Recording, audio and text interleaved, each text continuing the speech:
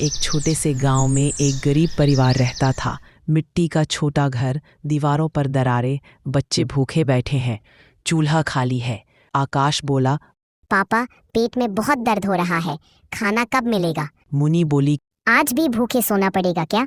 गोपाल आंखों में आंसू लेकिन हिम्मत से, नहीं बेटा, नहीं।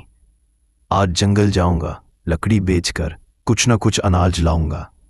भगवान पर भरोसा रखो। पत्नी चुपचाप आंसू पोंछ रही है। गोपाल कंधे पर कुल्हाड़ी लेकर जंगल की ओर चल देता है। गोपाल धीरे से बड़बड़ाता हुआ, कितनी मेहनत करता हूं, फिर भी घर खाली क्यों रहता है? शायद किस्मत ही रूठ गई है। जंगल में पक्षियों की चहचहाहट, हवा की सरसराहट।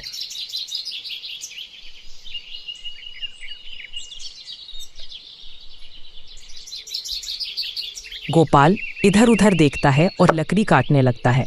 तभी उसके तरफ बहुत तेज रोशनी आती है। गोपाल बोला, ये क्या है? झाड़ियों के पीछे कुछ चमक रहा है। गोपाल आगे जाता है। वो झाड़ियों के पास देखता है कि एक पुराना भारी लोहे का बक्सा रखा होता है। गोपाल हैरान होकर, अरे वाह, शायद खजाना है, लेकिन यहाँ जंगल में किसका होगा? इधर उधर देखता और बक्सा खोलने की कोशिश करता है। जैसे ही ताला टूटता है, बक्सा खुलता है।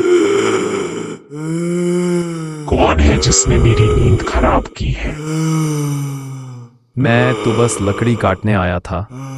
ये बक्सा अपने आप मिला। ये बक्सा हर किसी के लिए नहीं है। इसमें खजाना है, मगर इसकी रखवाली मैं करती हूँ। गोपाल डरते डरते, मुझे खजाने की लालच नहीं, बस अपने बच्चों के लिए खाना चाहिए।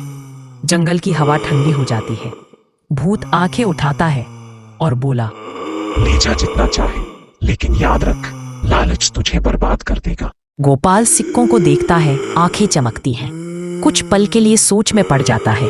गोपाल धीरे धीरे, लेकिन कुछ सिक्के ही उठाता है। गोपाल, बस इतना ही काफी है, मुझे जरूरत से ज्यादा नहीं चाहिए। बाकी अगर ले गया तो दूसरों का हक छिन जाएगा। भूत उसे गौर से देखता है, फिर मुस्कुराता है। भूत, तूने सही राह चुनी। इंसान की असली पहचान उसके कर्मों से होती है, खजाने से नहीं। जा, तेरी किस्मत अब बदल जाएगी। भूत हंसते हुए गायब हो जाता है।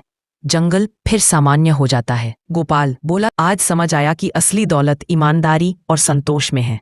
गोपाल अपने घर की ओर लौटता है।